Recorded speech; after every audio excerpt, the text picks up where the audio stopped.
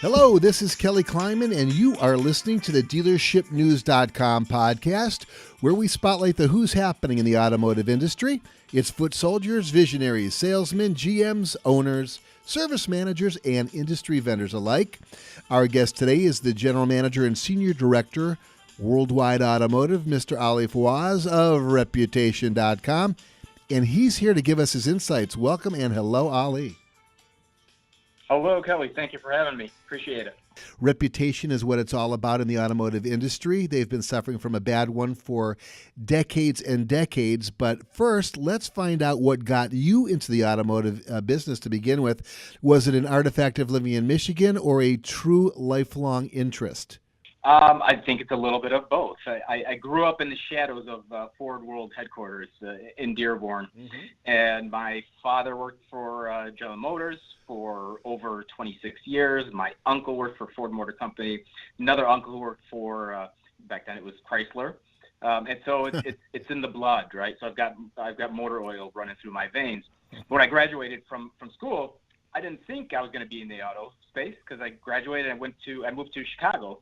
After I graduated from the University of Michigan, and found myself, first company I worked for doing careerbuilder.com. So, in the tech space.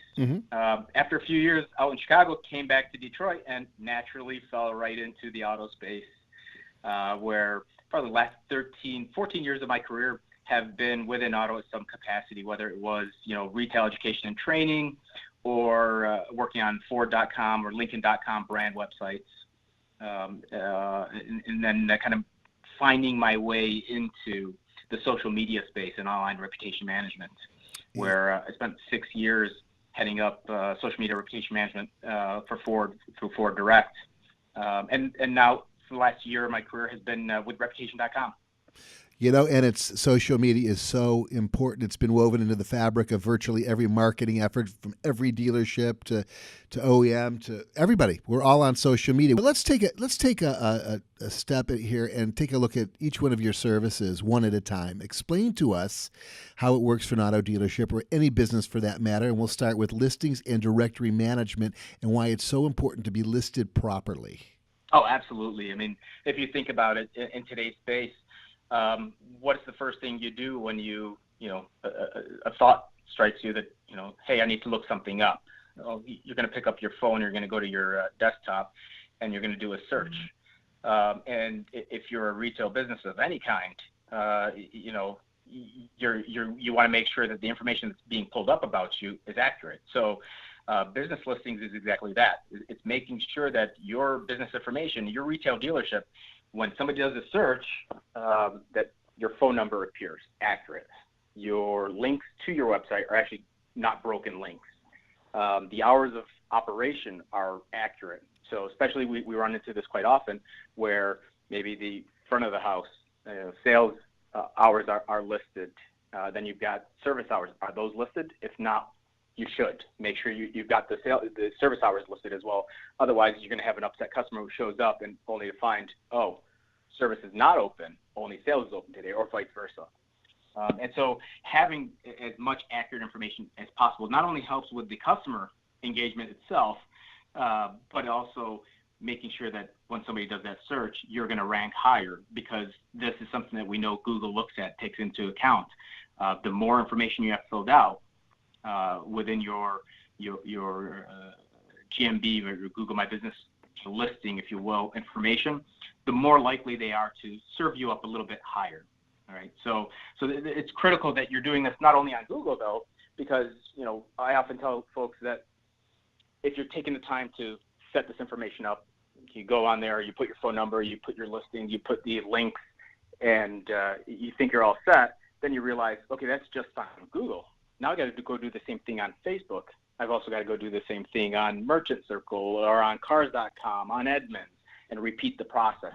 So by the time you're done, you just ate up half of your day just updating those things. And the weeds grow back in. So next month, you better take a peek and look and make sure nothing got changed, nothing went out of whack, and you're correcting all these things. And so it's a tedious process, but it's a mandatory thing. It's part of the basic blocking and tackling of any dealership today. Sure. Now, please explain how this seemingly off-site focus is actually hugely beneficial for the dealership's SEO practice. You mentioned search ranking, and certainly it ties Yeah. in. Yes. Yeah, it definitely is. So I consider this as kind of organic, a way to improve your search ranking, because Google is taking into account things like, have you filled out your categories? So Google has categories as well. So not only is there your phone number and your basic business info, but there's many categories you can pick from and define what you are. So you want to identify that you are in the auto space, you are a retail dealership, you have a service department. So these all fall under categories. In fact, you can go as far as identifying that you have handicap parking, identifying that you have a valet service to drop people back off at home. These are all categories built into Google, and most people don't know that they exist. Those that do know and those that fill those things out are helping their own SEO value, because Google is going to be more inclined to say, this is who we want to serve up. Why? Because at the end of the day, Google wants to give the best possible experience to their end user, the person who's doing the search. And the only way they're going to be able to do that is by serving up the search result that's going to give the most information. I have a question. It's off script, but I've got to ask it. Of all the dealerships, and I'm going for a percentage here, of all the dealerships that you deal with or have pitched, what percentage of them need a listings and directory management bump? I'd say right in today's space, you're probably at about 50%. Shocking. It's about, yeah. I mean, it's something that because it doesn't go away, right? And so we'll run into situations where, maybe a year ago or 2 years ago, a dealership may have gone through and said, "Oh yeah, we clean up all of our listings. Wonderful. What have you done since then?" No, we haven't touched it since then. Well, let's go take a peek, and then we'll see that things have changed. And so therefore, now suddenly this dealership who thought that they were taken care of and they're on top of their game, well, yeah, 12 months have passed by and suddenly things have changed. As you know, if you visit a store, when you walk out of that store, sometimes Google will ping you and ask you, "Hey, did you just have an experience at this place? Tell us, is this the right phone number? Is this the right link to their website?" And somebody can easily override and say, no, this is the phone number. Next thing you know, your information just got overrode. Lord. And so when these kind of things happen, that's where, I think dealers are losing sight that you have to stay and maintain these things at month-to-month basis. Let's get right into real reputational stuff. We alluded to it earlier, but car salesmen have had a really bad reputation for some pretty shady practices. It's cleaning up and it's getting a lot better, and I know that Reputation.com certainly is helping that along the way.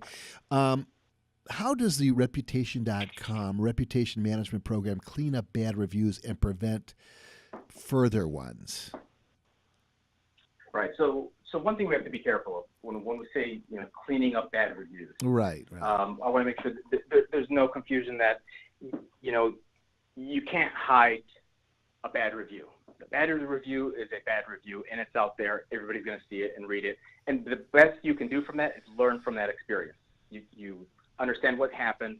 You try to resolve it. Acknowledge the situation.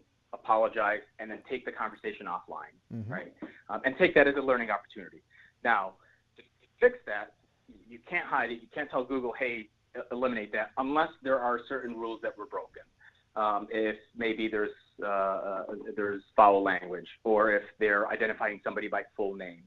So these are things that break the terms of use for Google. And so you can go after those and say, "Hey, can you please pull that down? You're identifying my employee's full name on here," and they will comply, and we'll go ahead and we'll do those things for the dealership. But by and far, if it's just a bad review, the way that you resolve that is by getting new reviews. That's what it comes down to, is that you have to continuously generate more reviews. So if maybe your past history was that, hey, we weren't asking reviews, so therefore the tendency was it's that most impassioned customer who came into service and had a bad experience. Well, they're so impassioned and irate and infuriated that they're the ones that are most likely to leave a review, unless you're actually asking all of your customers who come in your door or through your door, where we know that most engagements and interactions that happen at the dealership are positive, right? And so we're just not asking enough of those customers to leave us a review, right? You could either do that verbally, you could have a system in place or a tool that goes out there and sends those review requests electronically, or you could have a tool that'll actually send a text message asking your customers for these kind of things. And so, but you just have to have a strategy and a process in place to do that. And when you do, that's when you'll see that now your happy customers are actually engaging you. All you had to do was have a system and have a strategy in place to actually ask those customers.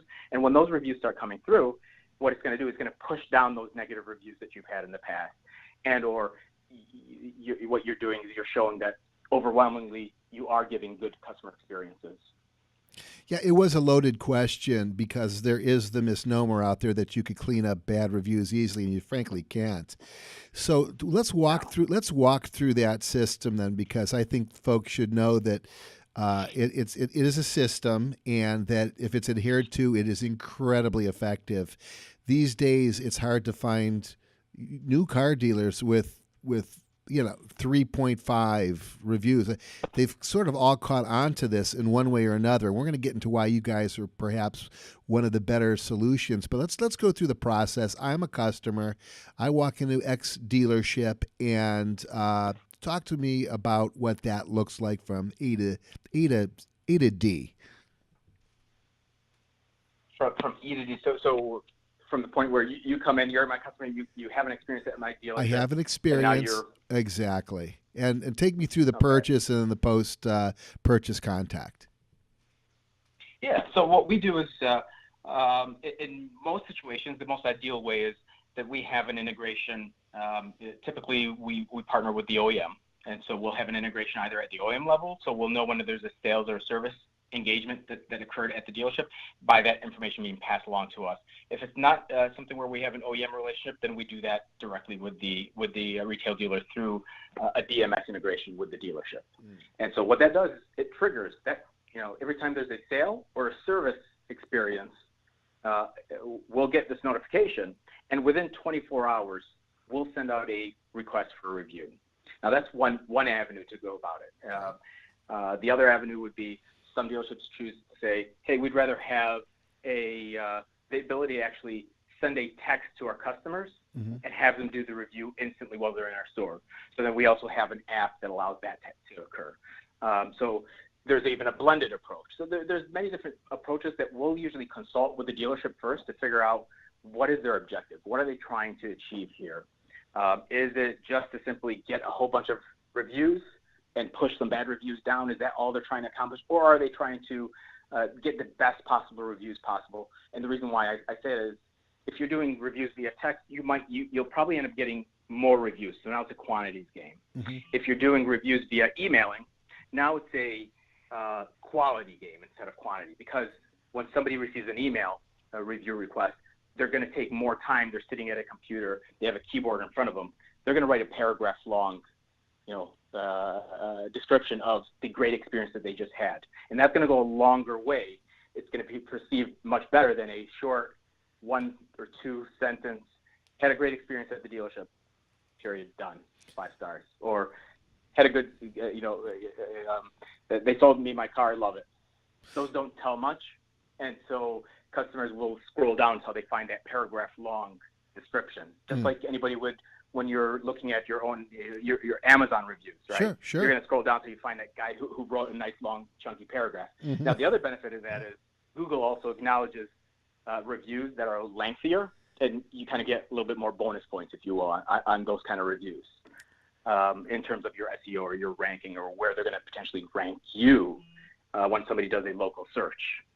So these are all factors there. Now, going back to the original question, so what is the next step there? So now that we've sent out a review request, let's say we went the path of the email, the customer's at home, they receive it, they fill out the survey, which we have direct APIs with Google, so we'll serve that up, or we can have an algorithm that determines where to actually send that review. So this is where technology comes into play, where we're able to identify where does that dealership need the most help. Do they have a good number of reviews on Google? Yeah, it looks like they do. Okay, so maybe we don't want to send this review to Google. Looks like they're doing pretty well on Facebook as well. However, they haven't had a review on Cars.com in, it's been about a month and a half. Okay, let's go ahead. Now the algorithm determines that's where they need the help most. Interesting. So it's going to surface Cars.com as a primary option.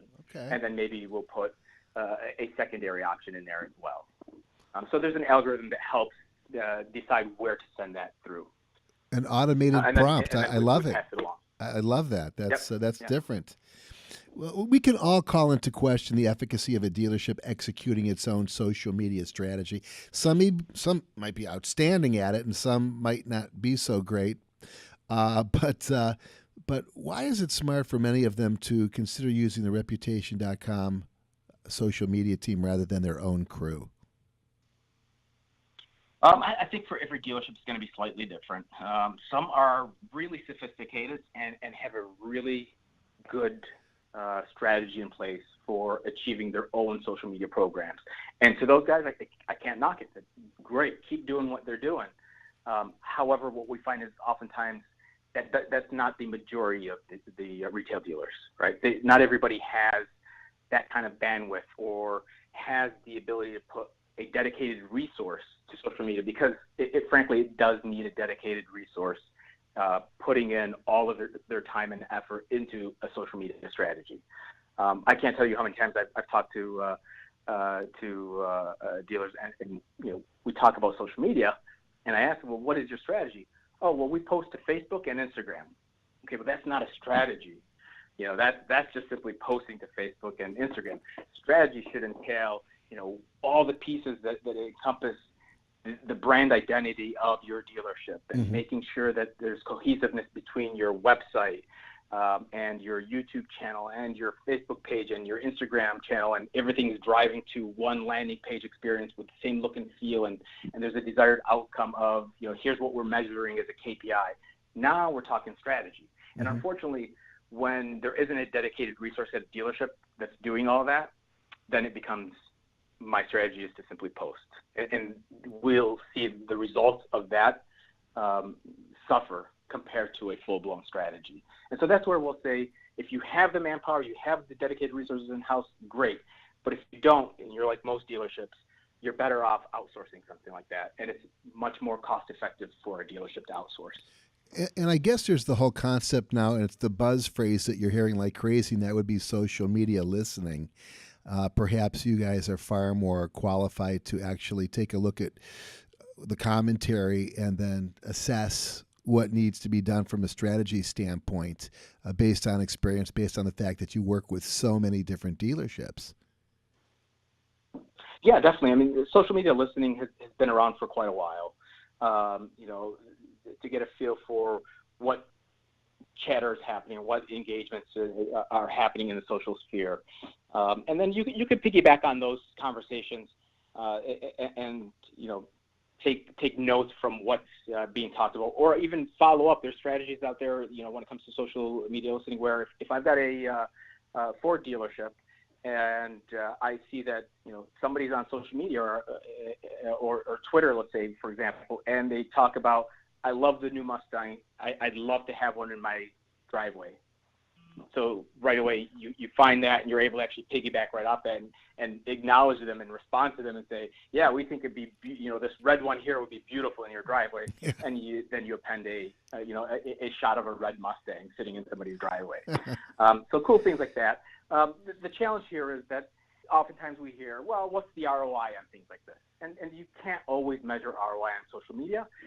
It depends on what your objective is again. So something like that would be maybe more awareness, and maybe you are actually driving traffic to a lead capture forum. In that case, now we can actually start measuring ROI. Or if you're on Facebook, running a Facebook ad campaign where you're actually driving a lead capture right through Facebook, and then that's getting passed into your CRM system. Or maybe your objective is not to generate leads. It's, I just want to create awareness and let people know that, I have this dealership. Maybe there was a buy-sell that occurred, and now it's under new ownership. And so now at that point, I just want to create awareness of my new dealership. So now you have a different objective, which is not to generate leads, but just get your name out there and get as much exposure as possible. Well, I've got the second to last question all teed up, so I think I'm going to go ahead and throw it at you. There are several reputation management and marketing companies out there. I think of Podium, Social Ordeals, who works mostly in the SMB category, Digital Media Nation, and there's several others, including Digital Airstrike. Why can we put you up and above those other vendors? Yeah, I mean, so there are many different players in the space. What sets us apart from everybody else, from the rest of the pack, is that we've been doing this for so long, and that we have the one integrated platform, if you will, right? So we do through our own platform, through our own technology stack. We're a Silicon Valley-based company, right? So we're right down the street from Google and Facebook, and so we have some of the best engineers in the world working for Reputation.com, and so everything lives on our own technology platform that integrates, whether it's your social media or your reviews, or maybe it's insights and data analytics that we're pulling from here. Because all of this sits on our own technology, we have our own patents, and so we have something we call the reputation score. Right, we're the only one that have the patents on this thing that allows you, if you're a dealership or an OEM or a dealer group, to be able to really know what is my reputation score, which quantifies all these factors that identify kind of what your first impression you're putting out there for customers who are doing a search for a dealership. So we're able to factor in sentiment from your reviews.